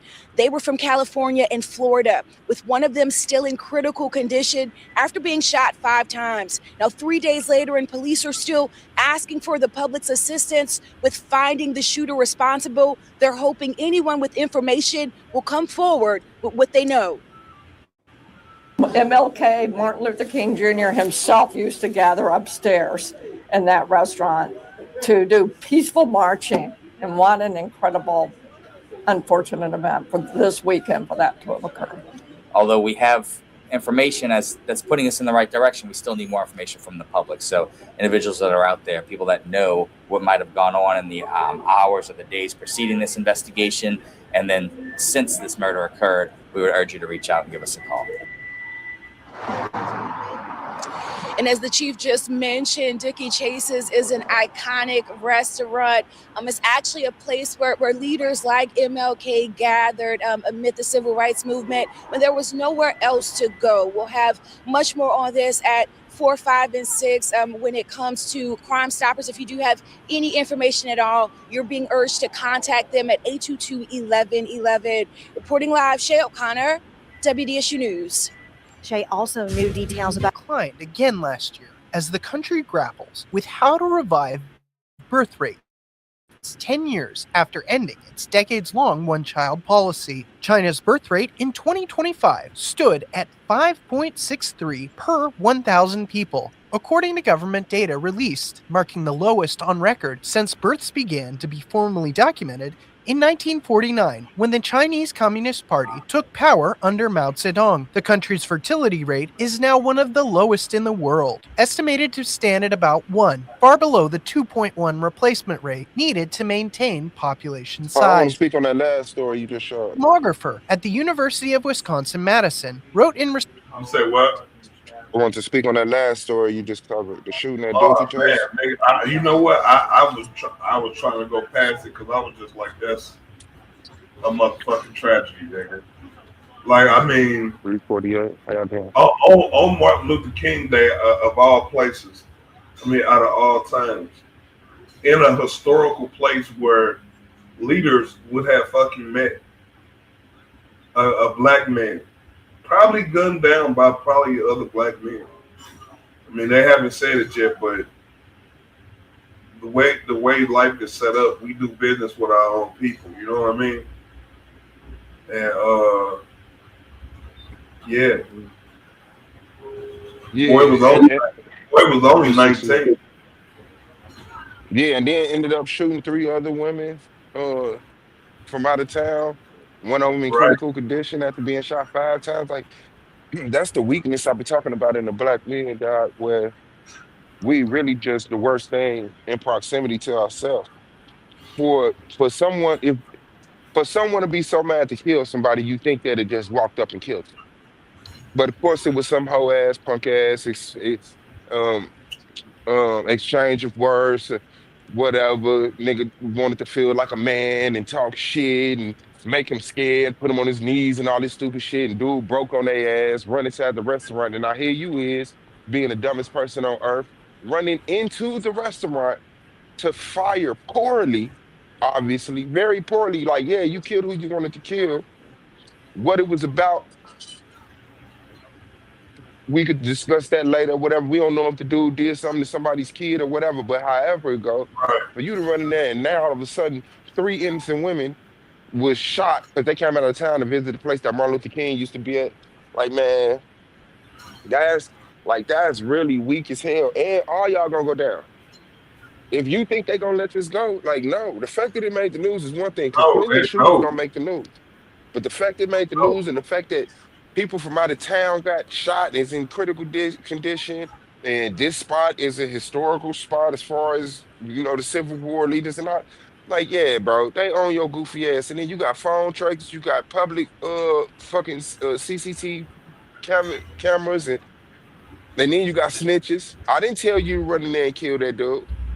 You ran in there and killed that dude. So whoever was with him is fixed to get that probation or 5 years, and he gonna get fried, because I'm not finna go down for murder with you, for running in that restaurant and shooting 4 people. Like, so yeah, pay attention to that story. I guarantee you it'll be some developments in that story. Oh God, like, yeah, we're gonna have to keep our ear to the streets on that. Like I said, it's a lot of stuff actually happening like right now. Like, it's a lot. I'm trying to keep up with some of this stuff. Some of it is repetitive. But like I said, we had just come through some of it. But that's just, and like that. That's the reason why I said I kind of just was about to go past it, because I'm just like, on Martin Luther King's Day, bro.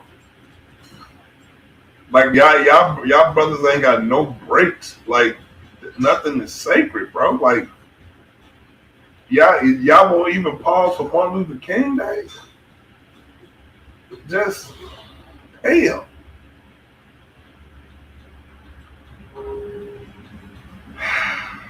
Yeah, man. Yeah, that's all bad, bro. Let me finish this shit.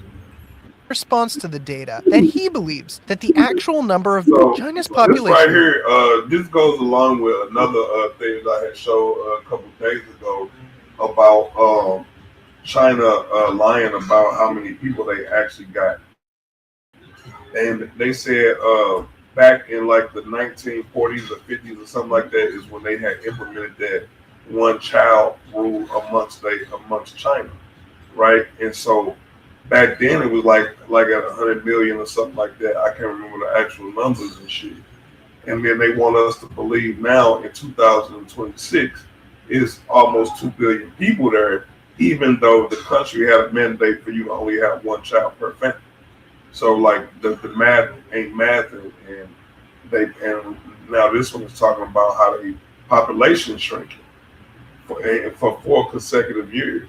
You see what I'm saying? So rate declined again last year as the country grapples with how to revive birth rates 10 years after ending its decades-long one-child policy. China's birth rate in 2025 stood at 5.63 per 1,000 people, according to government data released, marking the lowest on record since births began to be formally documented in 1949, when the Chinese Communist Party took power under Mao Zedong. The country's fertility rate is now one of the lowest in the world, estimated to stand at about 1, far below the 2.1 replacement rate needed to maintain population size. Yi Fuxiang, a demographer at the University of Wisconsin-Madison, wrote in response to the data that he believes that the actual number of births is likely lower than that propagated by Chinese authorities. Chinese authorities suppressed births for years under its one-child policy instituted in 1980. The government loosened restrictions in 2016, allowing 2 children, and later authorized 3 children per woman in 2021. Beijing allocated over $12 billion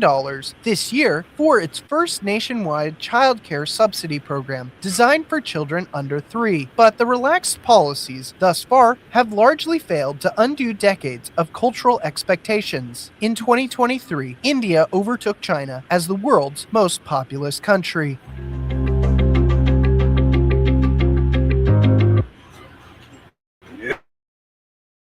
Yeah, man, that's because India is very sexually liberal to the motherfucker.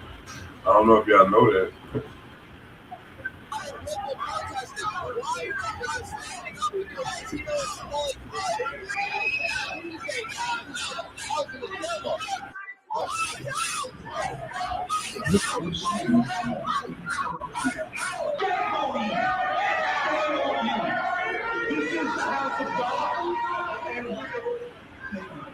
I mean, what a scene. Did you ever think you would see anything like this in the United States of America? Rapper Nicki Minaj posted this image that appears to show a family inside the church. You can see they're comforting this little boy who no doubt was frightened about what was going on in the place where he and his family go to pray on a Sunday morning.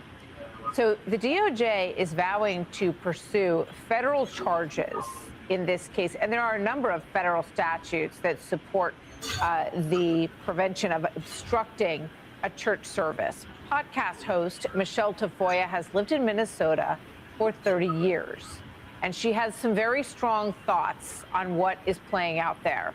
So we'll be with Michelle in just a moment, but first let's go to senior correspondent Steve Harrigan, who is live on the ground in Minneapolis. Hi, Steve. Martha, a couple hundred people out here again out in front of the federal building, and as we can see, as they're shouting at federal agents who come in and out here, they are expanding their range, moving beyond the federal building, going to stores now, and going to a place of worship as well. We can see several dozen people on Sunday entering that St. Paul church shouting, "ICE out, ICE out." Here's what one of those protesters had to say. Where are you? Where are you? Where are you? Where are your people?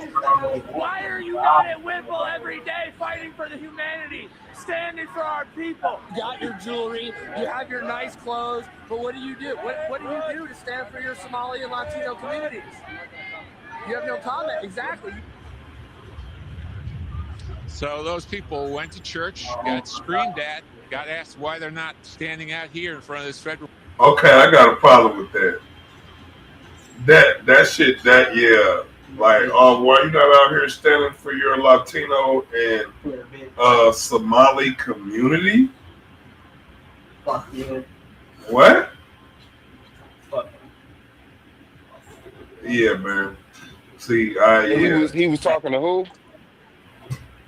Like that's what this is what one of the protesters said to one of the church members, and that's why I'm like, what? Like, why? He don't even look Somali or fucking Hispanic. Where are you? Where are you? Where are you? Where are your people? Why are you not at Whipple every day fighting for the humanity, standing for our people? You got your jewelry, you have your nice clothes, but what do you do? What do you do to stand for your Somali and Latino communities? You have no comment. Exactly. So those people went to church, got screamed at, got asked why they're not standing out here in front of this federal building with about 200 people screaming and swearing at federal officers. Now, we've had just the first response from the governor to that. Through a spokesperson, he issued a statement saying he does not support interruptions in a house of worship. So a very weak response response from the governor as far as that goes. He has also mobilized the National Guard. He hasn't deployed them yet. If they are deployed, they will be wearing yellow vests to separate them from other federal agents. We have seen a number of clashes over the weekend between the two sides, but right now, so far today, things are peaceful. A few people who've crossed over these boundaries have been given citations. That's about all we've seen so far here today. Martha, back to you. All right, Steve Harrigan, thank you very much. Hey, Sean Hannity here. Hey, click here to subscribe to Fox News YouTube page and catch our hottest interviews and most compelling analysis. You will not get it anywhere else. Talk, or is it kind of a little resistance right now? Because I spoke with him about a month. The Lil Wayne Birdman fallout went far beyond money and contracts. After allegations that Birdman put a hit on Wayne, newly surfaced footage now suggests Wayne was ready to retaliate. What began as a mentor relationship spiraled into something dangerous, and this is where it all started. The bus shooting that changed everything. April 26, 2015 began like any other concert date. Lil Wayne performed at Compound Nightclub in Atlanta. What happened next became one of hip-hop's most controversial incidents. Wayne's 2 tour buses carrying 12 people were fired upon on I-285 North around 3:30 a.m. Shots from .40 caliber and 9mm handguns damaged both buses, but miraculously, no one was injured. The shooter was Jimmy Pee Wee Roscoe Winfrey Young Thug's tour manager and a YSL-affiliated Bloods gang member. Police had escorted the buses due to threats at the venue, where Winfrey was spotted with an assault rifle in a white 2015 Chevrolet Camaro. Winfrey had threatened Wayne directly, saying, "This my city, keep around, I'll spray the bus." After the police escort ended near Atlanta Road, Winfrey pulled alongside the buses and fired multiple rounds. He fled, hiding the Camaro at a relative's garage and attempting to delete an Instagram photo of it. Then he fled to Miami. That same night, Young Thug was booed off stage in New Orleans with chants for Wayne. On July 30th, 2015, Winfrey was indicted in Cobb County on 30 counts, including 3 RICO violations, 8 Street Gang Terrorism Act violations, 12 aggravated assaults, 2 criminal damage to property, 1 firearm possession during felony, and 2 firearm possession by felon. But the indictment named 2 other people as unindicted co-conspirators, Birdman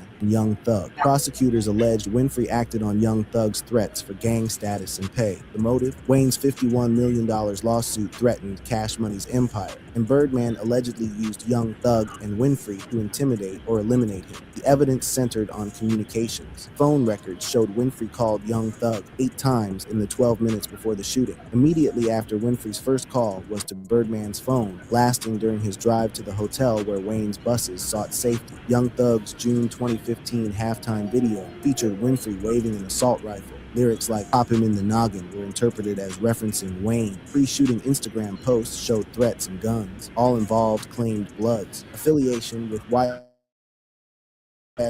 as a subset. In September 2018, a leaked phone call between Birdman and Winfrey surfaced. Right, they're saying during the call, Birdman is saying, "Time for you to come out here and get your money. You did everything you could do, boss."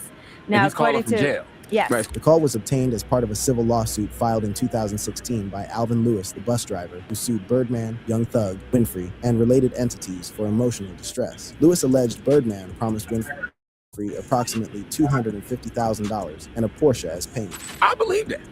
I'm gonna be honest with you. I think Birdman really loves Wayne in that way. I believe that he would not want Lil Wayne harmed in that way, and I don't think he would associate with somebody who tried to do harm to Lil Wayne. Birdman's camp immediately pushed back. A source told TMZ the call was in no way referring to the bus shooting. It was unrelated business or encouragement. Birdman does not believe Winfrey was the shooter and would never associate with someone who tried to harm Wayne. Birdman denied involvement, vowing to help investigate. Young Thug called the claims outrageous, but the circumstantial evidence painted a troubling picture. Winfrey pled guilty in 2015 to 10 years prison plus 10 probation. Conviction was overturned in 2018 for coercion. He pled guilty again in 2020 to gang terrorism with time served plus probation. In 2024, he pled guilty in the YSL RICO case. According to Alvin Lewis, he's saying that Birdman promised Jimmy Winfrey $250,000 and a Porsche, and that was for the shooting. Where's he getting this information from? I have no idea. Exactly, man. You can't be believing these second, third-hand sources. No criminal charges were ever filed against Birdman or Young Thug despite the links. The DA considered but declined, citing insufficient evidence beyond associations. The incident resurfaced in Young Thug's 2022-2024 YSL RICO trial, where the shooting was cited as an overt act of alleged gang conspiracy. A 2015 interrogation video resurfaced in August 2025, where Thug mentions hearing Winfrey was the shooter, leading to snitching accusations. Thug denied it, saying he helped his brother. Winfrey defended Thug as clean as Listerine. The bus shooting transformed the feud from a business dispute into something potentially deadly. Whether Birdman and What you think so far, cuz? What's your you think Birdman got it in for him, cuz? I mean, I don't know the guys there. You gotta take that. I don't know the guys, but yeah, it seemed. I mean, the story was old. It been came out. Yeah, it was some type of negotiation that was done, but they weren't able to solely connect it to Birdman. It was circumstantial evidence from someone who had a criminal past, who had already been proven to be a liar before. So it was like they destroyed that. Maybe he just saying this just to have a high profile case and take time off of what he get time taken off of whatever he getting convicted for. Yeah, but yeah, that was some bullshit. I think that was Young Thug and them guy who had did that shit, and motherfuckers was saying that he either did it at the orders of Young Thug, or how your dude might just pop at me because he know you don't like me, and you know what I'm saying? Like Right. he didn't order him to do it, but he knew he would appreciate it if it was done or whatever. So yeah, a bunch of goofy, slow ass niggas that's next to the man. Right. Same shit. That's something I was thinking. Young Thug were actually involved remains disputed, but the incident cast a long shadow over hip-hop. The father-son relationship that once seemed unbreakable was now associated with bullets and blood, building the empire from the trenches. Young Dwayne Carter met Birdman around 91 when he was only 9 years old, through some folks in the NOLA rap scene. Some say it was through rapper Lil Slim, who was getting money off music back then. Others claim it was Wayne's stepdad, Reginald Rabbit McDonald, who knew the Williams brothers from the streets. Either way, this meeting changed the whole game forever and created one of the most complicated relationships hip-hop ever seen. Birdman co-founded Cash Money Records in 1991 with his big bro Slim Williams right there in Magnolia Projects when bounce music and gangster rap was taking over the city. They started grinding, independent pressing up. They owned vinyl moving units hand to hand, real street entrepreneurship. The label was all about that raw, uncut Southern street life. This wasn't no corporate boardroom music. This was real trap talk, documenting the struggle in bars and beats. Young Dwayne from Hollygrove had bars that you couldn't ignore straight up. Got Birdman's attention by leaving freestyles on his answering machine. These weren't just regular raps, fam. These were survival stories from a youngin' who saw music as his only ticket out the hood. In New Orleans back then, you had three options: really the pen, the cemetery, or somehow make it out through ball or entertainment. A friend of mine introduced me to Wayne. So when I first met him, he became like my son. Like, in New Orleans, we don't have fathers a lot. By 1993, at age 11, Wayne signed to Cash Money as part of the Bee Gees with Christopher Dorsey. This made Wayne the label's youngest artist. Their debut album, True Story, dropped in 1995, featuring raw tales of street life reflecting New Orleans' high crime rates. Birdman became a surrogate father figure after Wayne's stepfather, Reginald McDonald, was murdered in 1995. This traumatized the young rapper and led to a suicide attempt at age 12. Wayne began calling Birdman Daddy or Pops. Just like that father son. He had all the autistic at 11 years old when he first rapped to me. He was able to flow, able to change his flow. Cash Money's rise was meteoric. A pivotal 1998 deal with Universal Records for $30 million propelled them nationally. Juvenile's 400 Degrees in 1998 went 4X platinum. A Hot Boys supergroup formed in 1997 with Juvenile BG, Turk, and Lil Wayne. Their 1999 album Guerrilla Warfare went platinum. Wayne's solo debut, The Block Is Hot, went platinum in 1999 at age 17. Public displays of affection fueled their bond. In various interviews, Wayne called Birdman his brother from another. I like to smoke, drink in the car. Yeah. I don't write nothing down, so it's just something I do. I record so damn much. The 2006 viral photo of them kissing sparked controversy. Wayne explained it as familial. You and Wayne had like a kiss thing going on. First of all, my own born son, yes, I would kiss him. Right. I know you got a child, you probably kiss him. You probably got a son and you kiss him. Yeah. You heard me? I always looked at Wayne as my son, and I always looked at it like, because I was in the streets, and I thought this might be. Wayne became Cash Money president in 2005 and founded Young Money Entertainment as an imprint. He signed Drake in 2009 and Nicki Minaj in 2009, turning the label into a powerhouse. Wayne Style Carter III sold 1 million copies, first week in 2008 becoming a hip-hop milestone. We got the Like Father, Like Son album coming in, baby. A 2006 collab album, Like Father, Like Son, peaked at number 3 on Billboard 200 and went gold. The title said, Hell yeah. There I've ain't no never love like the son of a father. Yeah, I heard that shit. That shit was hard. everything about how I'm gonna have to do a listening party. I ain't never heard it.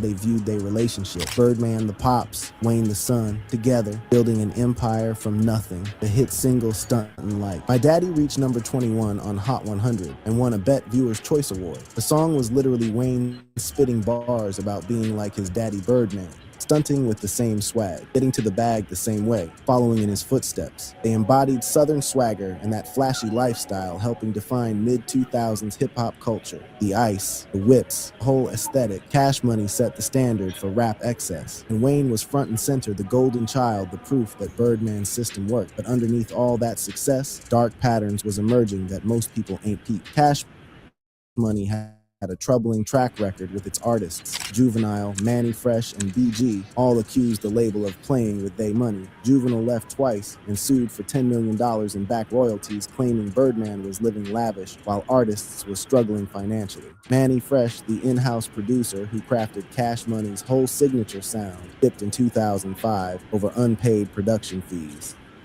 BG also alleged exploitation, noting Cash Money's roots in street hustling influenced how they ran the business. Birdman had a jacket with a Like, how you not gonna pay the beat man? That's hella fucking stupid. Nigga, the beat man is nigga. It's beats and lyrics, nigga. You don't pay the beat man, nigga. You ain't got shit.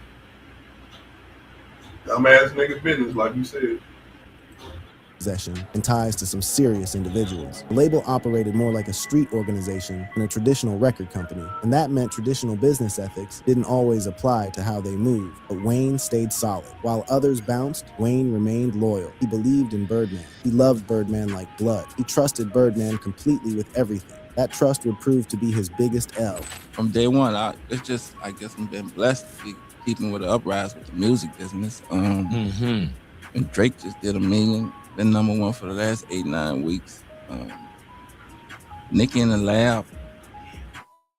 I got a little situation with Wayne. We got to get in order, but I'm looking forward to doing that. The 2012 Universal deal, worth somewhere between $100 to $200 million for Young Money advances, represented a massive bag. This bread was supposed to fund Wayne's label help sign new talent pay for production and marketing the whole nine. But Wayne later claimed Birdman finessed these funds to cover Cash Money's debts and promote Young Thug as Wayne's replacement, which was crazy disrespectful. Young Thug got signed to Birdman's Rich Gang imprint and was being positioned as the next Wayne, the next generational talent, the next cash cow. Birdman was hedging his bets, preparing for a future where Wayne might not be the centerpiece no more, and Wayne felt some type of way about it. It felt betrayed by the man he called Daddy his whole career. By 2014, the delays on Thaw Carter 5 had Wayne frustrated heavy. He felt imprisoned on some real hostage vibes. The album was supposed to drop May 2014, then December 2014. But Birdman kept blocking it, holding it hostage. Wayne couldn't understand why he was moving like that. He delivered the album. It was ready to go. But Birdman refused to put it out. Some folks speculated Birdman wanted to renegotiate Wayne's contract. Others thought he was punishing Wayne for trying to leave.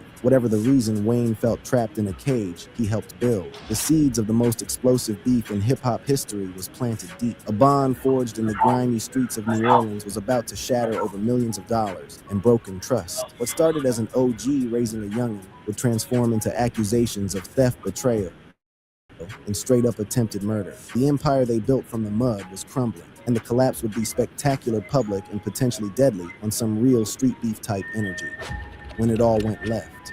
December 4th, 2014 marked the first public crack in a relationship that had been the foundation of Cash Money Records for over 2 decades. Lil Wayne took to Twitter not a private convo, not a sit-down, but Twitter where millions could witness to air his grievances for the world to see. He accused Birdman of refusing to release the Carter 5 that was scheduled for December 9th. He called himself a prisoner and said straight up he wanted off the label. This wasn't no vague subliminal shot. Wayne was done playing games, done being patient, done trusting that Birdman would do right by him. He wanted out, and he wanted the whole culture to know it. The tweet sent shockwaves through hip-hop like an earthquake. Wayne and Birdman beefing, the father and son, that's wild, but it was happening in real time. 2 days later at Vice's 20th anniversary party, Wayne told the crowd he was in a bad situation, but would be free soon. The pain in his voice was clear as day. This wasn't just some business dispute over percentages. This was personal, deep personal. The man he called daddy for over 20 years was now basically his captor, holding his career hostage. In January 2015, Wayne dropped the mixtape, Sorry for the Wait 2, which served as both a gift to fans waiting for Thaw Carter 5 and a declaration of war against Cash Money. The tape had disses aimed directly at Birdman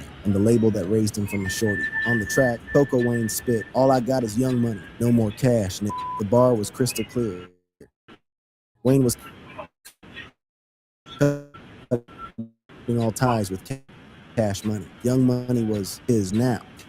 Cash Money lawsuit against Cash Money alleging breach of contract for withholding Thaw Carter 5 and unpaid royalties that was rightfully his. He sought to terminate his whole deal and take Young Money artists like Drake and Nicki Minaj with him out the door. Wayne's manager Cortez Bryant publicly went at Cash Money, saying Wayne carried the whole label on his back for over a decade, and this is how they repaid him. In a February 2015 Rolling Stone interview, Wayne revealed he and Birdman wasn't even on speaking terms no more, calling the Carter Vibe a dead subject that he wasn't even thinking about. On March 14th, 2015, Wayne dissed Birdman in a Young Money cypher, spitting bars about singing Hit 'Em Up to his daddy's ass. During an April 2nd, 2015, Jacksonville show, Wayne yelled Cash Money to the whole crowd. Do you guys still talk, or is it kind of a little resistance right now? Because I ain't spoke with him in about a month. I'm gonna go on to another subject, man. This right here. Hold on, let me find the right one. This is one that I had. Now that on earth is. Okay, so let's talk about gun rights and religion, bro. If you don't mind, do you mind? No, you got. So this right here is called Guns for God, the Church of the AR-15. Have you ever heard of this shit? All right, we're gonna take a peek and we're gonna talk about it. We have armed citizenry and they try to do evil, they get shot quickly. They get punished fast. My name is Hungjin Sean Moon, known as also Pastor Sean, or known as also Second King. My father is the Reverend Sun Myung Moon, I believe is the Lord of the Second Advent, and he has created a kingship line. I am his appointed heir and successor. The Bible is very clear in showing that Christ requires us to be judges over the nation, judges of the wicked, to rule with a rod of iron. I convey the message from the Second King about the Lord of Iron, but their reaction is, yeah, like, you're in a cult. Are you trying to appeal to all the pro-gun people of America? I'm not telling you how to do your job, but it seems like a massive opportunity for your church. To be a king, you're going to have territory, and you better have a means to keep that territory. Pastor Sean and God working through him, he's taking the providence of God forward. In the scripture, it says, thy kingdom come on earth as it is in heaven. Now that on earth is literal, okay? He is no longer talking about, let's just wait till we die and the kingdom comes. We're going to build this here and now. Let us pray! Psalm 2 and also Revelation 2 says that the believers will rule with a rod of iron.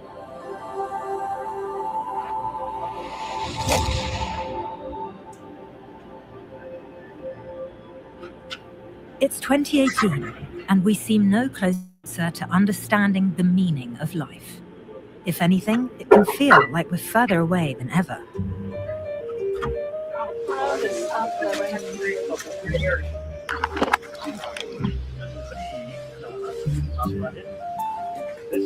When looking for answers in such a confusing world, having something to believe in can be a convenient remedy and a revealing reflection of the society we live in. We're in Pennsylvania. It's just a 2.5-hour drive outside of New York City. It's extremely rural, and we're at a makeshift gun range with people who love guns. Love God, love your neighbor. Hey! and God. The World Peace and Unification Sanctuary is a small fringe sect of Christianity. Ooh, very nice, very nice.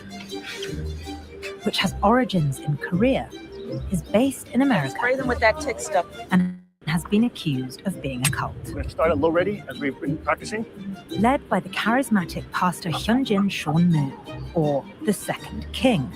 These Christians believe they must build God's kingdom on earth, and to do that, they'll need guns.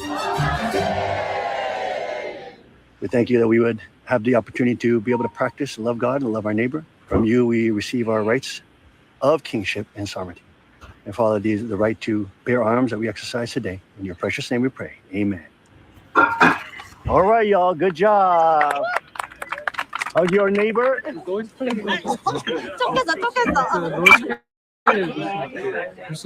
have you been with the church? My parents, were part of the church, and so I grew up kind of like in the faith. But my family has always been into like the Second Amendment and hunting, so that's been a part of my life this whole time. We're gonna have to stop.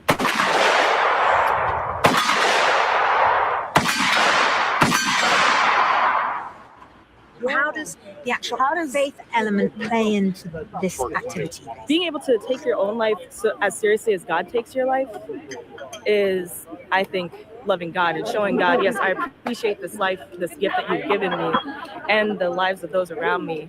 And I want to take your work seriously, so I'm not going to just be stopped by some crazy dude who is trying to hurt me. I consider this an honor to be able to train in this way. This is the Peace Kingdom Police, Peace Kingdom Corps. And our motto is love God, love your neighbor. As a Christian community, we're not naive about what evil intent Satan has in for us. I think a lot of people think that because we have guns and we like guns, we're going to go out looking for trouble, like some vigilante. There's nothing further from the truth. I would just as soon be left alone. But if somebody's going to come in my house to rape and kill my children, I'm sorry, all bets are off. And I dare say, I think you think the same way. If it was your mother, your sister, your brother, or your father. I mean, come on. Let's realize we have to understand that there's evil in the world. The police can't always be there. And in many cases, like it was in Parkland, Florida, they just did not do a thing about it. You had a kid in there going around mowing kids down. With one of these, yeah. With one of these. So what do? We accuse this. What about the sheriff who should have gone in there and stopped it when he had the power to do so? Please. Until recently, the Unification Sanctuary had kept a fairly low profile. Then, in February 2018, the church made national news with a blessing ceremony where the congregation carried AR-15s just 2 weeks after the Parkland school shooting, which triggered mass gun reform protests across the country. The ceremony drew widespread criticism for its timing during what felt like such a consequential period of America's gun debate. So far, cause how do you feel about this? Like, what's your thoughts, man? Just another bunch of religious zealots that get to play out their religious fantasies at the expense of other people. Now, do you think the black man can do something like this? I mean, yeah. We just don't play them type of games. But yeah, I mean, you saw we had the Black Panthers, we had yeah. I ain't never seen no black church like that. This is taking your constitutional rights to a whole nother level. They mix the two. The First Amendment, the Fourth Amendment, the Second. They put them all in there. All that weapon is good for mass killing, and you want to bless it? Shame on you. So where did this right-wing, Second Amendment-loving church with its devoted following and young leader even come from? It's really the crack of dawn here. We're on our way to Pastor Sean's house because at 5 a.m. he begins recording his weekly outreach broadcast called The King's Report. We weren't allowed to know Pastor Sean's address, so one of his inner circle drove us up into the hills. Thank you, Regis. Very good driver. We're just arriving at Pastor Sean's property, where he lives with his beautiful wife. And he's got a pretty money view. Apparently from his patio, he can see 3 states, Pennsylvania, New York, and New Jersey. There's like this hand-painted sign by the front door. It says, Father, the Son, and the Holy Spirit. Those are the people who obviously finance the house. Look at his Jeep. The church even has its own unique camo print that was designed for them. It's made up of crowns and silhouettes of AR-15s. And this is the crest of the church. It's got 2 crossed rifles and a sword and some crowns. We weren't allowed to know his address. Now that I'm here, I'm going to drop a pin and screenshot it. No, I'm joking.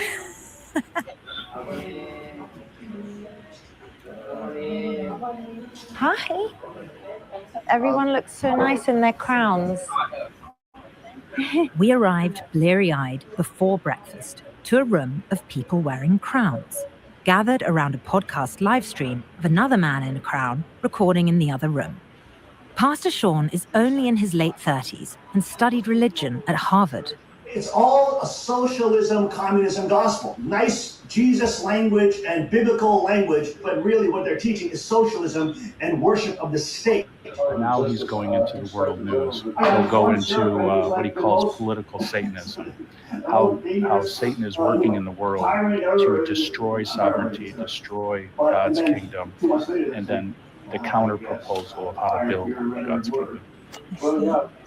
Today, the featured guest was a man named Andrew Hallinan, the owner of Florida Gun Supply, who in 2015 controversially declared his store to be a Muslim-free zone. Well, it is a crazy time, man. I put a sign outside my door that said Muslim-free zone. Oh. I mean, it went absolutely viral. And I got sued in federal court for, okay. So that's the big problem with gun control is that when you look at the history, you've got registration, which leads to confiscation, which leads to genocide. Every time in history, period. I mean, how that is such a critical element in understanding firearms, is it not?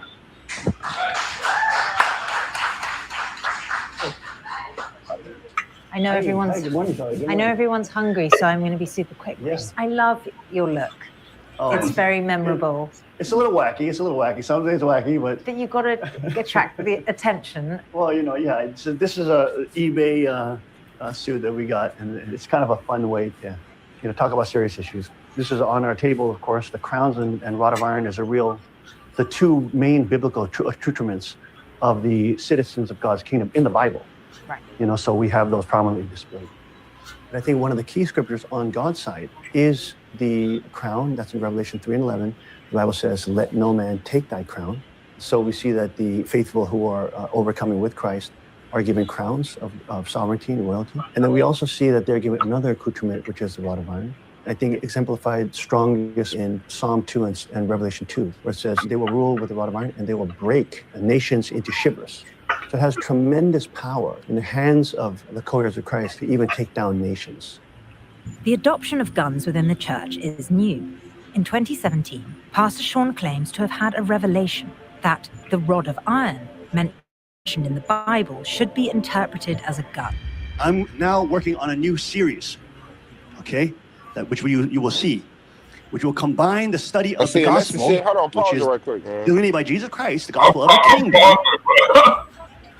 Yeah, so that's what I'm saying. Like, it's just a bunch of religious zealots, bunch of insane people who get to come around with this old ass, Korean ass mentality of Christianity. I guess that they found useful back in their home, but it's like, to be a gun fanatic is a gun fanatic.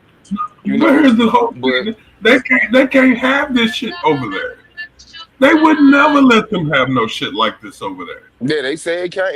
They said it started in Korea. They was in Korea first. But yeah, that's what I said. To sit up here and now all of a sudden, some dude that's in his 30s decides that it's time for the Bible to be reinterpreted as the ruling with an iron rod, meaning to rule with an instrument that didn't even exist at the time of Jesus. Like, that's just stupid. That's ridiculous, dog. That's just ridiculous. And then it's it's a non-black society. You got one black older woman whose husband probably white or dead. She's probably single. And then some mixed girl.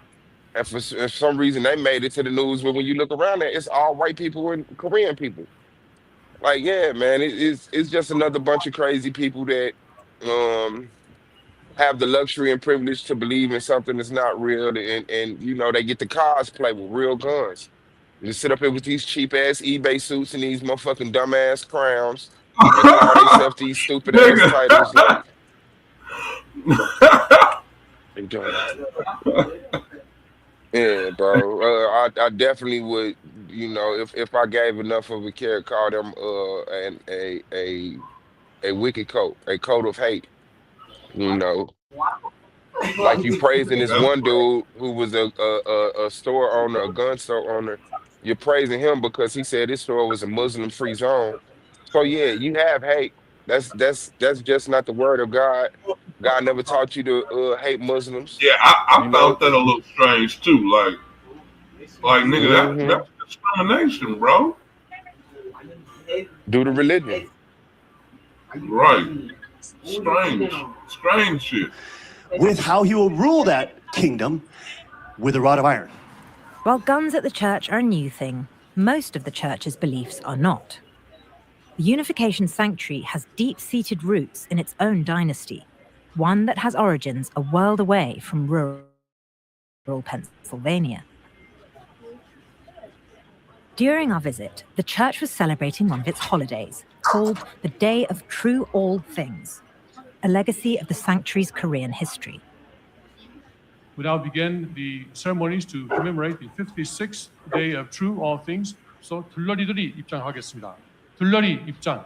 The attendants will now enter.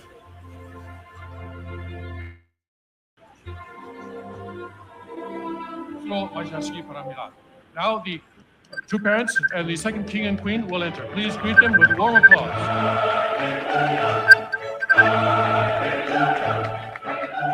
The second king is carrying the robes and crown of our true parent, Sung Myung-moon, the returning Christ. Told you with her white husband.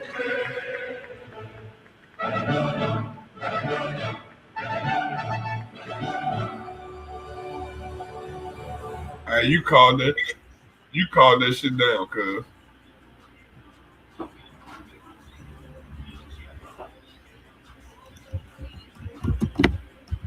Hold up.